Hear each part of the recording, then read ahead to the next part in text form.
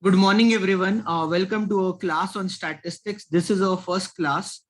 Okay, and in this class, we'll discuss about the basic concept of statistics. We're going to talk about statistical description of data. So how I can describe and data.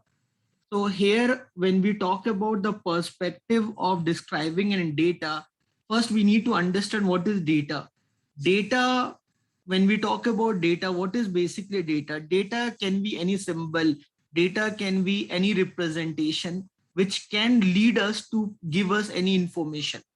So when we talk about data, the world, anything and everything around us runs around data. You know, we have a social media platforms like Facebook, we have Insta, we have Snapchat, we have lot of platforms are there. These platforms works on free mode.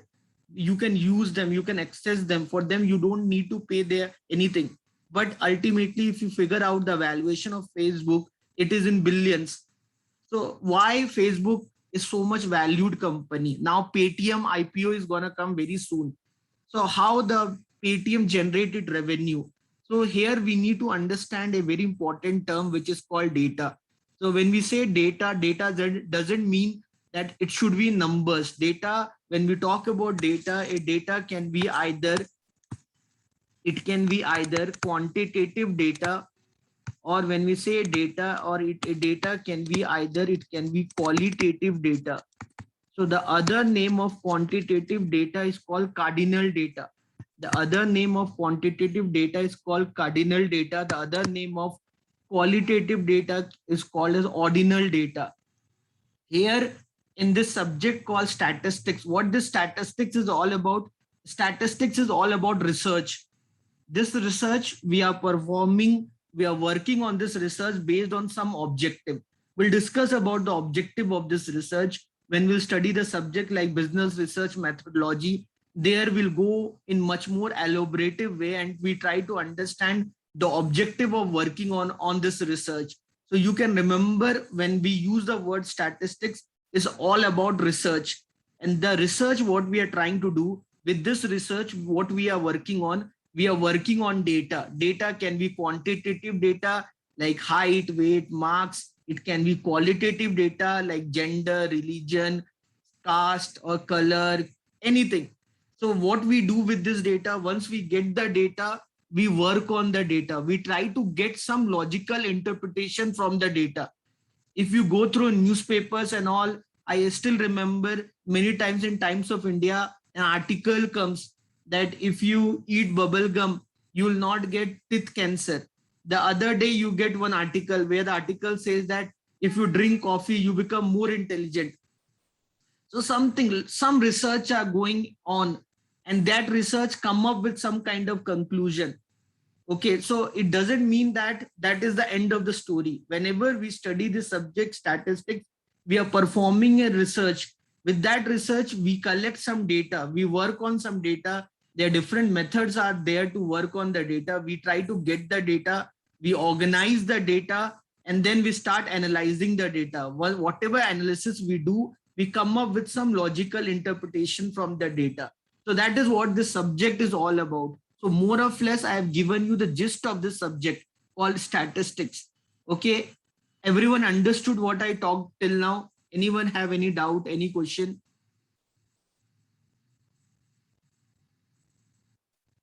Anyone have any question?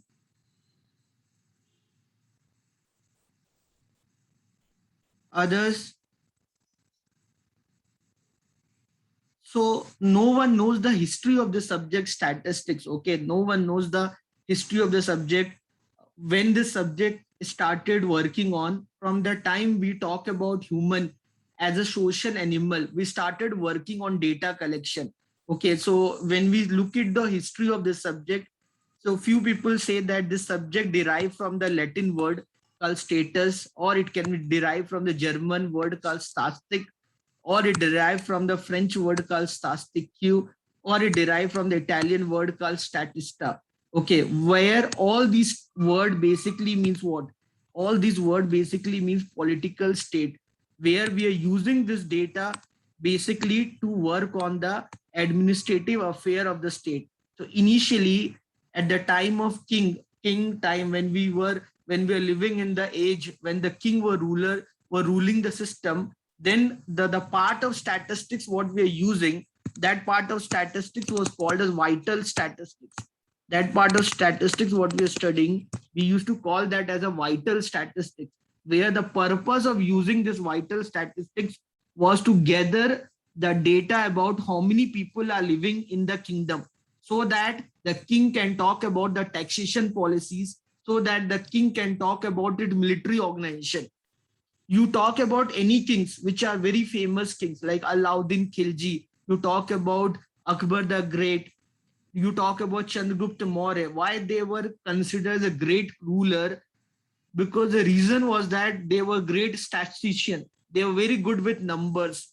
So when we say statistics initially was looked upon a subject through where the numbers can be aggregated about the kind of people what you are living in your kingdom, so that you can plan your taxation, so that you can plan your military organization. The relevance of the subject you can find from the book called Arthashastra, written by Kautilya or Chanakya. You can find the relevance of this subject statistics in the book called Aine Akbari, written by Abu Fazl during the time of Akbar rule.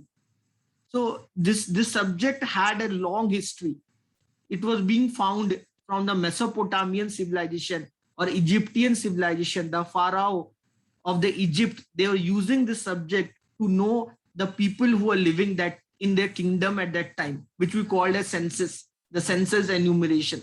So this subject has a long history, but initially this was just looked as a part of vital statistics. But as the time progressed, as accountancy developed, as business developed, as economics developed, as biology developed, we started using this subject in all other disciplines.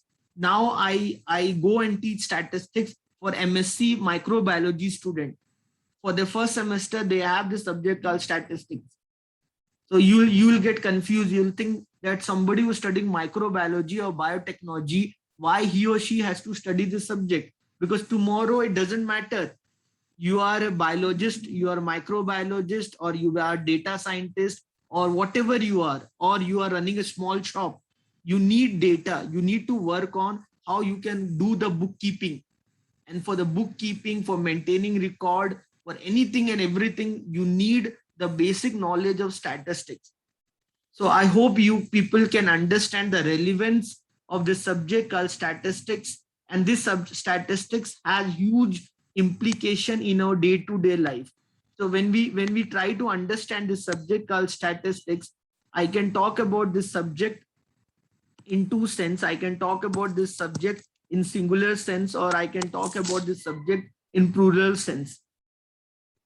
Okay, so talking about singular sense, when I try to understand this subject called statistics, this subject is all about collection of data. So the first thing when we say statistics, I'm using the word called data. Here we are trying to gather data. Data can be any form of representation, any form of symbols. It can be mathematical, it can be logical, it can be alphanumerical, doesn't matter at all for me. So we have platforms, we have tools which can decode the alphanumeric terms. So when I try to study this subject called statistics, here I talk about collection of data. So we first thing what we do in statistics, we are performing a research. This subject is all about working on research. When you're working on a research, you try to gather data. When you're trying to gather data, so then the gathering of data or collecting the data is called as basically the tool which plays very significant role to work on how your statistics can be performed. Statistics on the basis of collection of data, you can define statistics into two parts. It can be either descriptive statistics, or it can be either inferential statistics. Based upon how you are gathering the data, your statistics can either considered as a descriptive statistics, or the subject can be understand as an inferential statistics. So when we say what is descriptive statistics, what is inferential statistics, that totally depends upon the kind of data you are trying to work on. Okay, so we'll try to understand the term what is descriptive statistics, what is inferential statistics. Before that, I like to entertain if you have any questions. Anyone, any question, anything you want to ask from me?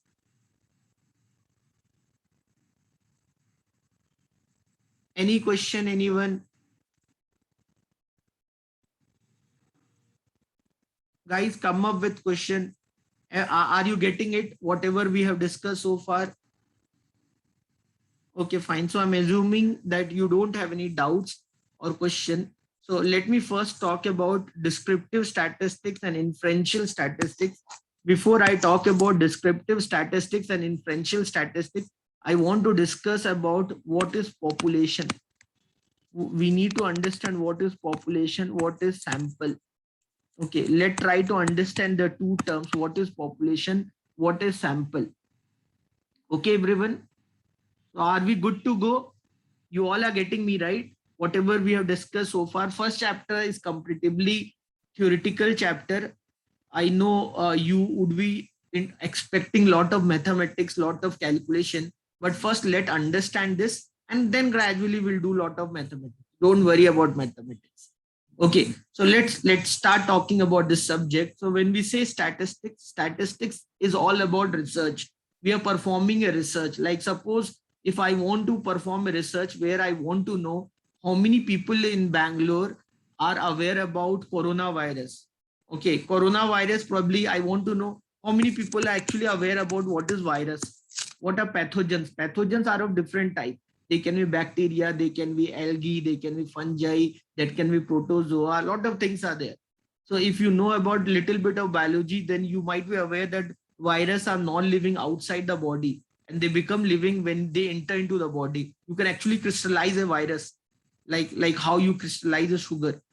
So that can be also done. So like suppose simply I'm telling. So suppose I'm performing a research where I want to know that how many Bangalorean are aware about the term called virus. Okay, suppose this is my research, that how many Bangalorean are aware about what the term virus, what is this virus is all about. So what I can do if I want to know how many people in Bangalore are aware about the term virus, so what I can do, I can go and start asking questions about virus to each and everyone who lives in Bangalore. Okay, so each and everyone who lives in Bangalore, they are called as population. They are the part of my research. Are you getting me? So if you go and start asking each and everyone who lives in Bangalore about how much they are aware about the term called virus, that form of doing research is called as descriptive statistics. So descriptive statistics is all about working on population. So when you work on population, and while working on population, you want to get the interpretation of about your research from the population. That form of doing research is called as descriptive statistics. The people who gather the data are called enumerator. Enumerator are the people who gather the data. And this form of gathering data is called as primary data. This way, when you go and gather data, this is called primary data. Primary data is the data which you gather by yourself. Before that, there was no as such information or data as per the record. Okay, there is no other data as per the record. You yourself go and gather the data.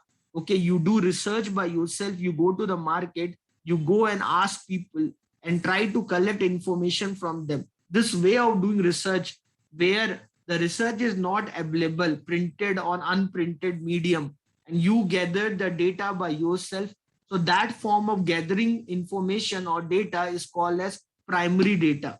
Okay, and when you work on primary data collection, you can either work on the complete form of population. Your population can be either definite population or it can be indefinite population. Okay, so but you, irrespective of the kind of population what you have, if you go and start asking each and everyone who lives in Bangalore, okay, about the term called virus, then that form of performing research is called as descriptive statistics. I hope everyone understood.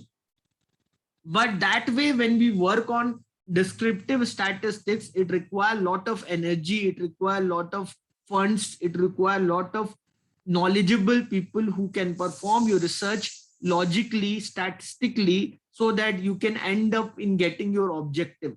That form of doing research is called as descriptive statistics. But many times, because of limitation of time, because of limitation of fund, we may not able to do the research in that much descriptive way. So instead of doing that, if I take a small part of the population, instead of going and asking each and everyone about the term called virus, can I take a small sample from each and every one part? Like what I can do, I can divide the complete Bangalore into 8 to 9 regions like clusters. I can follow cluster sampling or systematic sampling. I divide the Bangalore into different regions: north region, south region, east region, west region. And then I'll go and I'll start targeting the people within the region and try to gather the data from them.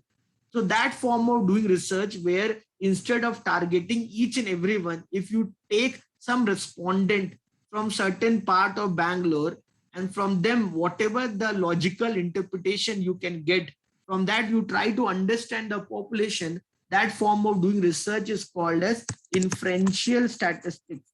So when we say inferential statistics, in the case of inferential statistics, instead of working on population, we work on sample.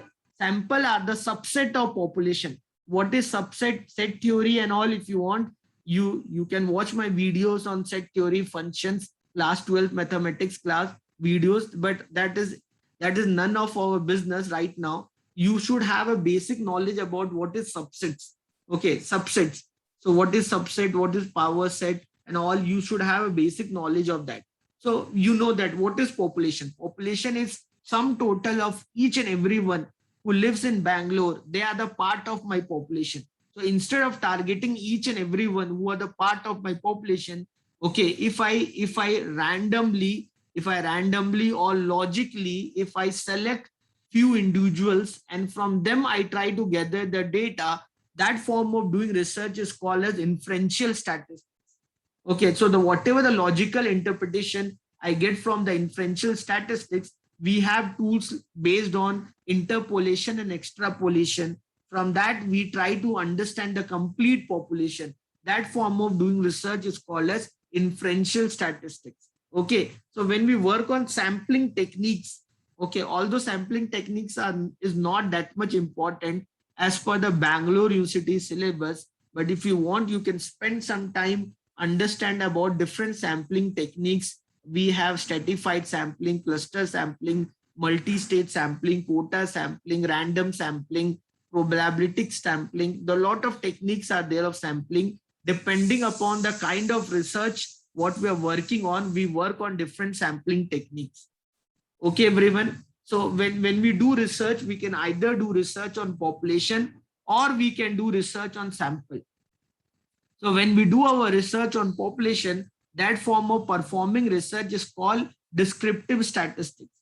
While if your research is not that much sensitive, if your research is very sensitive, it is sponsored by WHO or UNESCO or Government of India, okay, or so that way, if your research is very sensitive, where you want to measure each and every term, okay, maybe if you're performing some biological research, okay, or maybe you are doing trials for the vaccine for coronavirus, then each and every deviation in your output of your data can create a significant impact.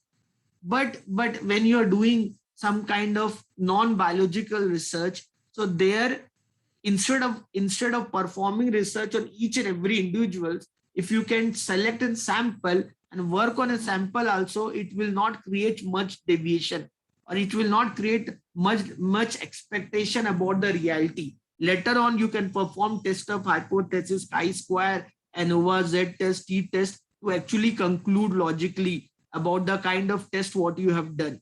But that, forget that part. Right now, what you need to understand, what is descriptive statistics, what is inferential statistics. Descriptive statistics is all about working on population. Inferential statistics is all about working on a sample. By working on a sample, you try to understand the complete population. That is what inferential statistics is all about. Clear, everyone? Anyone, any doubt, any question? Please ask me.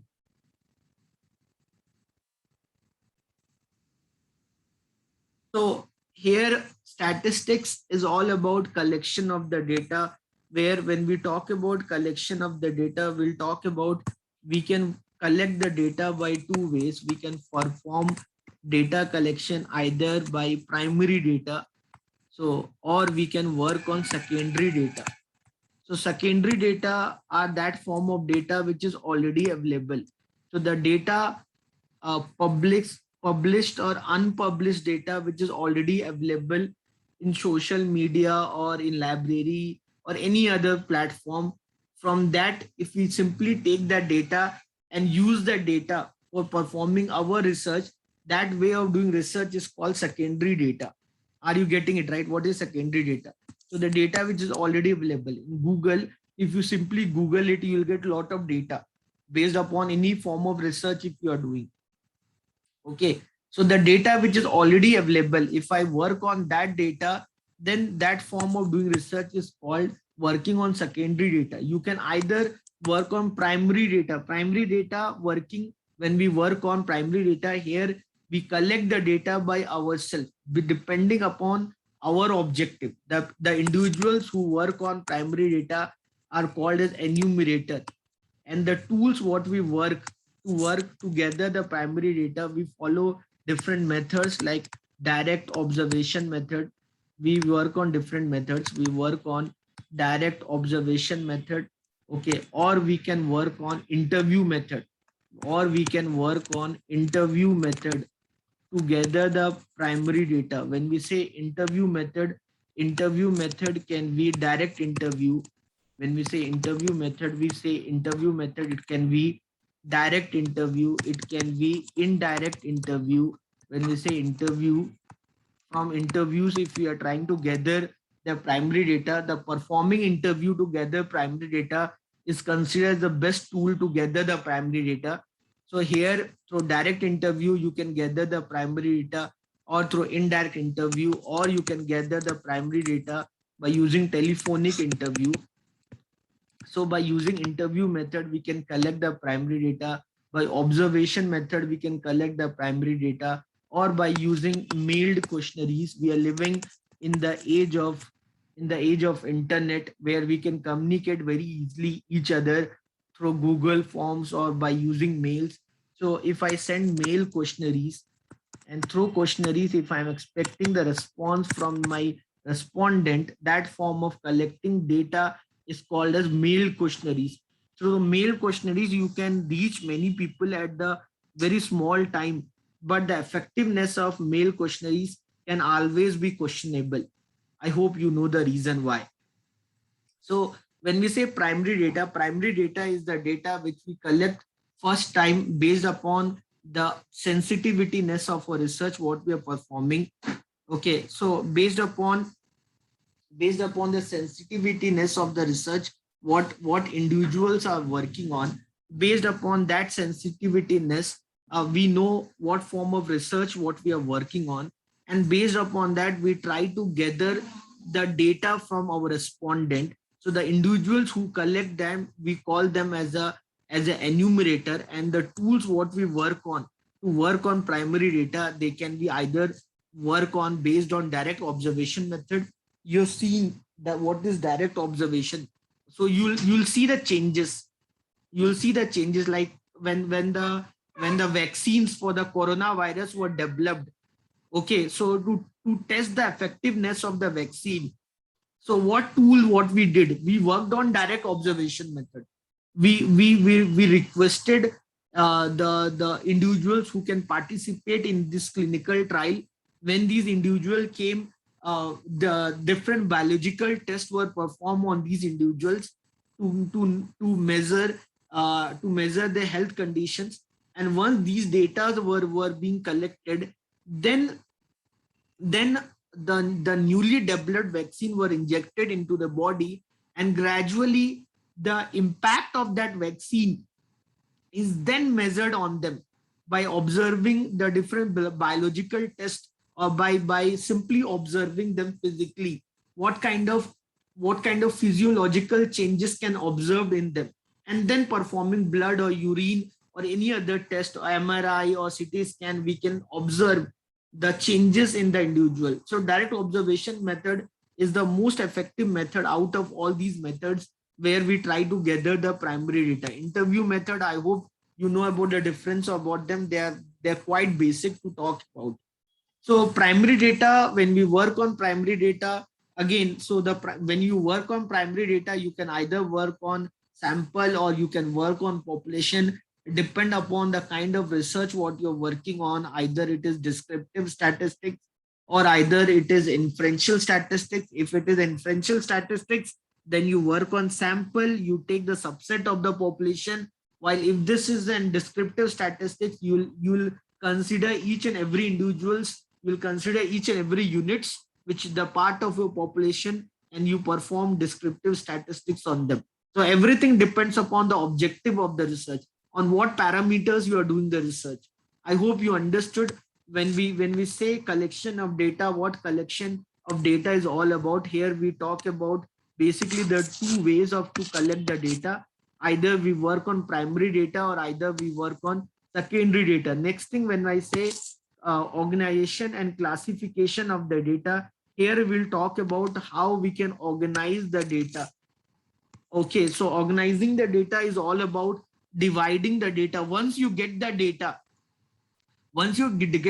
you need to divide the data so into different parts. If you can divide them into different parts, your logic of performing research will become much more sensible. So here, organization, you can do geographical classification, you can follow geographical classification, you can perform geographical classification when you are trying to organize the data, or you can follow chronological classification. Geographical classification, I think everyone understands. So based upon the geography or based upon the location or locality, if you try to divide the data, that is called geographical classification.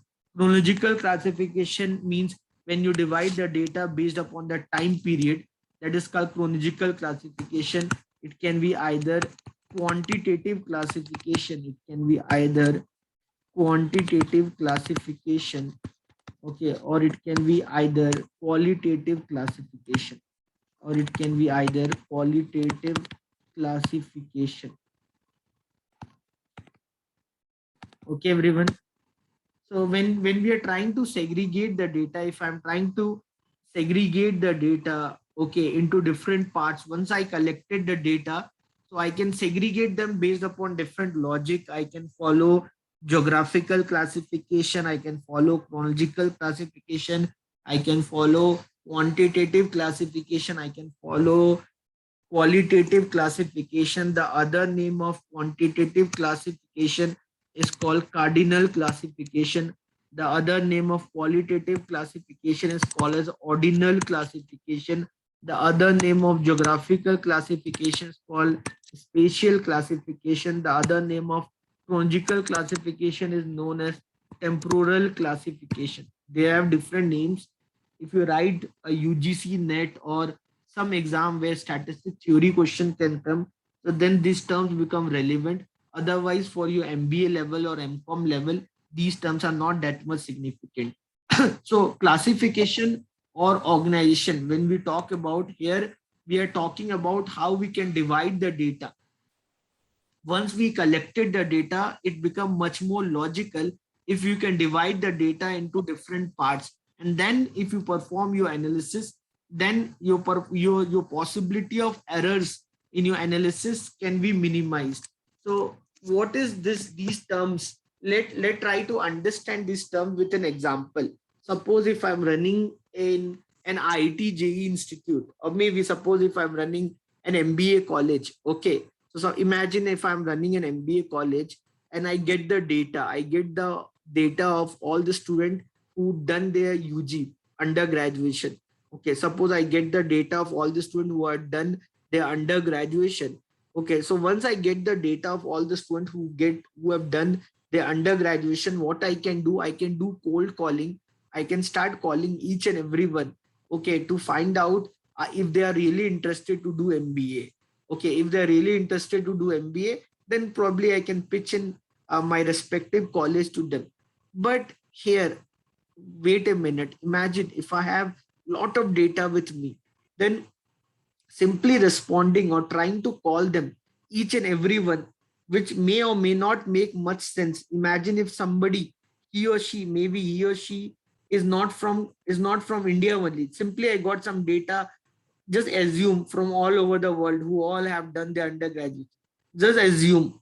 Okay, for example. So here what I can do, I can follow geographical classification where I can divide the people, whatever the students data, what I get, I can divide that data based upon geography. So probably those who are living in Bangalore or those who are living in Karnataka or Kerala or Tamil Nadu, I'll first call them because their possibility of turning to my college is much more easier than to someone who live in Dubai or Oman or Kuwait or Saudi Arabia or USA. So geographical classification will help me to segregate the data geographically.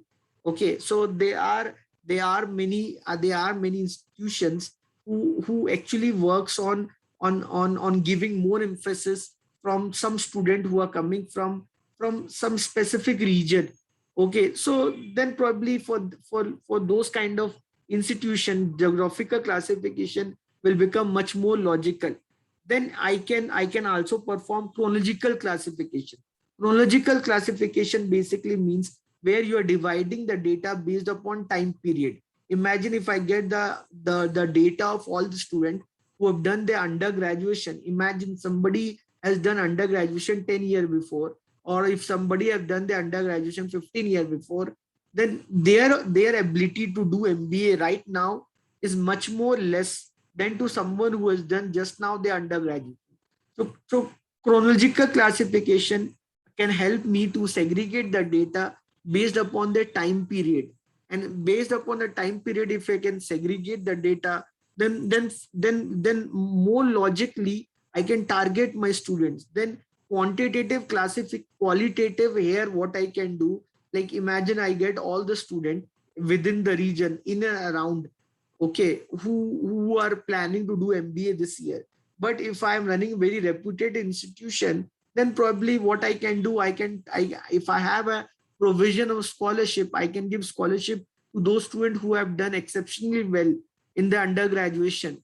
So probably by using quantitative classification, if I give emphasis in the percentage, how much percentage they got in the undergraduation, and then if I try to segregate the data, and then probably if I go and try to pitch them, then probably it will make more sense for them to connect with me, because I am running a very premium institute where probably someone who are intelligent, who are hardworking, which will become more sensible for me to take admission in my college. Then qualitative classification can be either based on gender, or either it can be based on religion, or any other attributes what we can talk about here. So there are many institutions there. They're basically girls college like Mount Carmel or any other.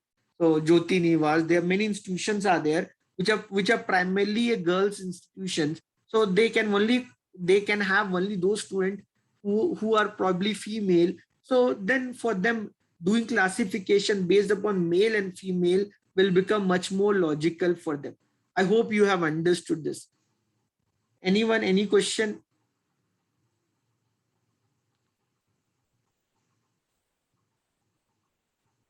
Any question?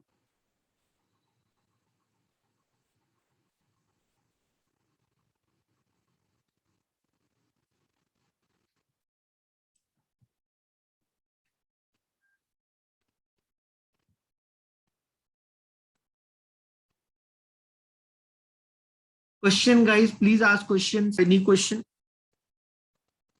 So guys, I hope you have understood the statistics part, where in today class we discussed about collection of data and then organization and classification of the data. Probably discussion on more subparts of statistics we'll do in next class. I hope you have understood what all we have done in the class. Okay, everyone. So let me know if you have any question in your mind before I end the today class.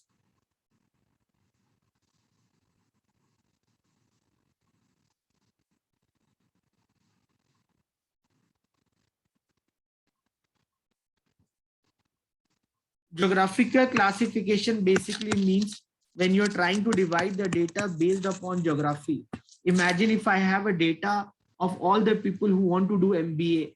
So if I try to segregate them based upon geography, geography means different parts of Karnataka. If I segregate the data, that form of segregation of data is called geographical classification. Guys, it's time for you another class. So we'll end this class just now only. Please go and log into the account class. Thank you, everyone. I'll see you all in next class. Take care. Bye, everyone. Thank you, sir. Bye.